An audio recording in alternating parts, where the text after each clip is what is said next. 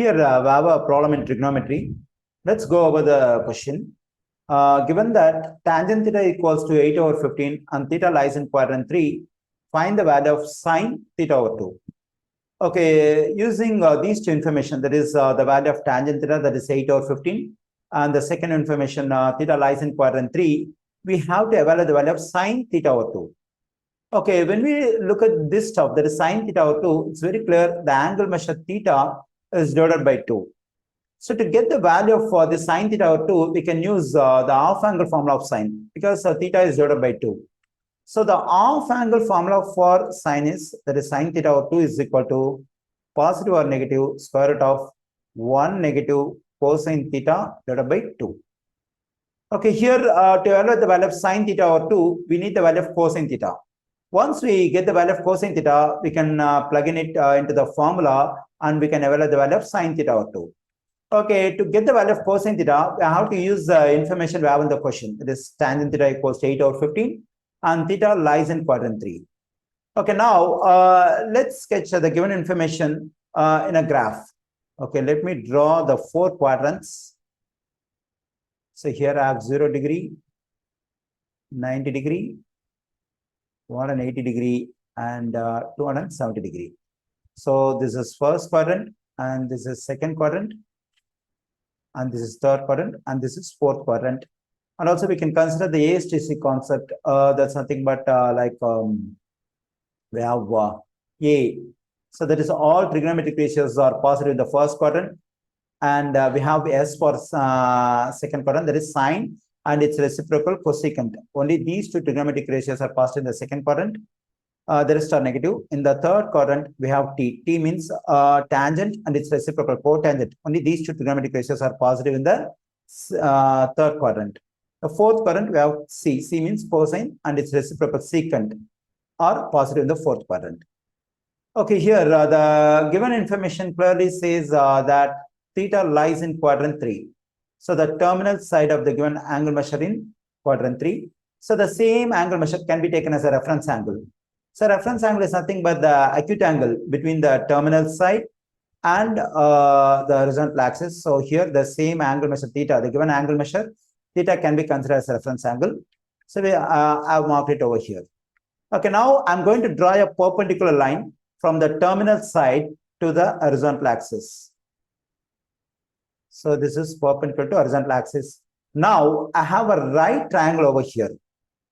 Okay, so in any right triangle, the side which is opposite to the given angle measure theta is called opposite side, and the side which is opposite to the right angle is called hypotenuse, and the third side is called, the name of the third side is called adjacent. Okay, let's consider the concept staccato, that is SOH, CAH, and TOA. Okay, here just consider the last 3 letters, that is TOA. That means tangent theta is equal to opposite over adjacent. Okay, when I compare this one and this one, I have 8 for opposite side and 15 for adjacent side. So we can mark 8 for opposite side and 15 for adjacent side in this right triangle. So we get 8 over here and 15 for adjacent. Okay, if I want to get the value of cosine theta, again I have to use a staccato. In staccato, just consider the middle 3 letters. So cosine theta is equal to adjacent over hypotenuse. So we must be knowing the length of adjacent side and hypotenuse. I know the length of adjacent side, that is 15, but I do not know the length of hypotenuse. We can calculate the length of hypotenuse using the Pythagorean theorem, because we know the lengths of the other 2 sides of this right triangle. So in any right triangle, the square of the hypotenuse is equal to the sum of the squares of other 2 sides, that is 8 square positive 15 square. So 8 square is 64 and 15 square is 225. So they add up to 289. So hypotenuse square is equal to 289. So but I just need only hypotenuse, so I have to get rid of the square. For that I'm taking square root on both sides. When I take square root on both sides, the square root and square root cancel out. So hypotenuse is equal to square root of 289 is just 17. Now I got the length of hypotenuse, that is 17. Okay, now we can find the value of cosine theta because we know the length of adjacent side, that is 15, and hypotenuse is 17. So cosine theta equals to adjacent over hypotenuse. Cosine theta is equal to adjacent is 15 and hypotenuse is 17. So we have to notice one more important thing, that is theta lies in quadrant 3. In quadrant 3, as I told you already, only tangent and its reciprocal cotangent are positive, the rest are negative. So cosine also must be negative. So the value what we get over here must be negative. So finally the value of cosine theta is negative 15 over 17. That we have to plug in into this formula to evaluate the value of sine theta over 2. Okay, let's do that process. So positive or negative? 1 negative. For cosine theta, we have to plug in negative 15 over 17 over 2. Okay, positive or negative? Square root of 1. Negative times negative will become positive 15 over 17 over 2. So positive or negative, square root of, if I simplify this one, I'll be getting 17 positive 15 over 17. Everything has to be divided by 2. So positive or negative, square root of, so the simplification of this one is 32 over 17. Everything has to be divided by 2. Already we have a fraction in numerator. So let's consider this 2 also as a fraction by taking denominator 1. Okay, here I divide a fraction by another fraction. Whenever I divide two fractions, I have to take the fraction in numerator as it is. Now I have to change this division as multiplication. Take reciprocal of this 2 over 1, which becomes 1 over 2. So 2 goes into 2 1 times, 2 goes into 32 16 times. So I get positive and negative square root of 16 over 17. Okay, let's continue the rest on the next page. Sine theta divided by 2 equals to positive or negative square root of 16 over 17. So sine theta over 2 equals to positive or negative. So square root of 16 is just 4. And 17 is not a perfect square. It will remain same in the square root. So we have square root of 17 in denominator. Okay, now we got the value of sine theta over 2, but still we have to do one more work. That is, we have to decide the sign, positive or negative. For that, we must know the quadrant in which we have this angle theta over 2. Already we know that theta, the given angle measure theta, is in third quadrant. So we know that a third quadrant is between 180 and 270 degree. So here we have 0, 90, 180 and 270.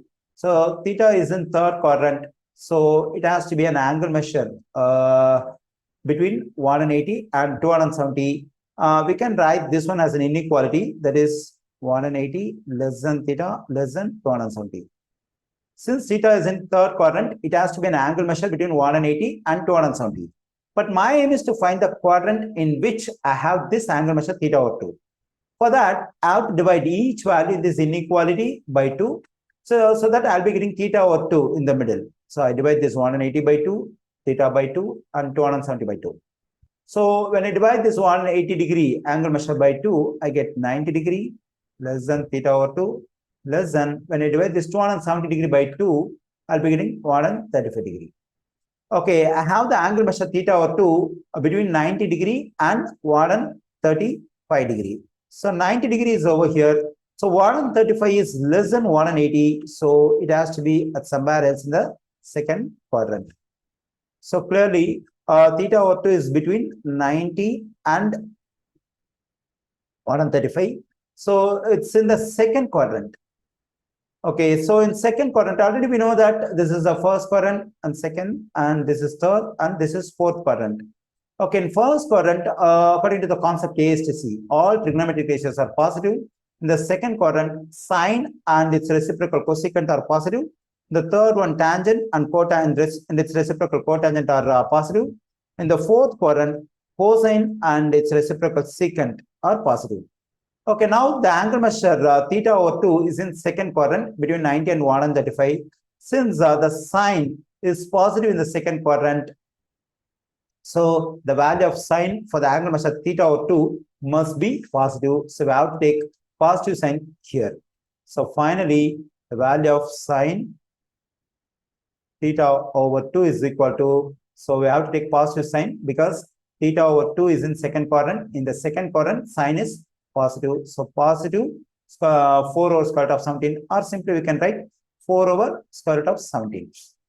Okay, here the denominator is an irrational number. Square root of 17 is an irrational number. Usually when we give a fraction as a final answer of a math problem, we don't give the denominator as an irrational number. We will rationalize it. For that, I have to multiply both numerator and denominator by square root of 17.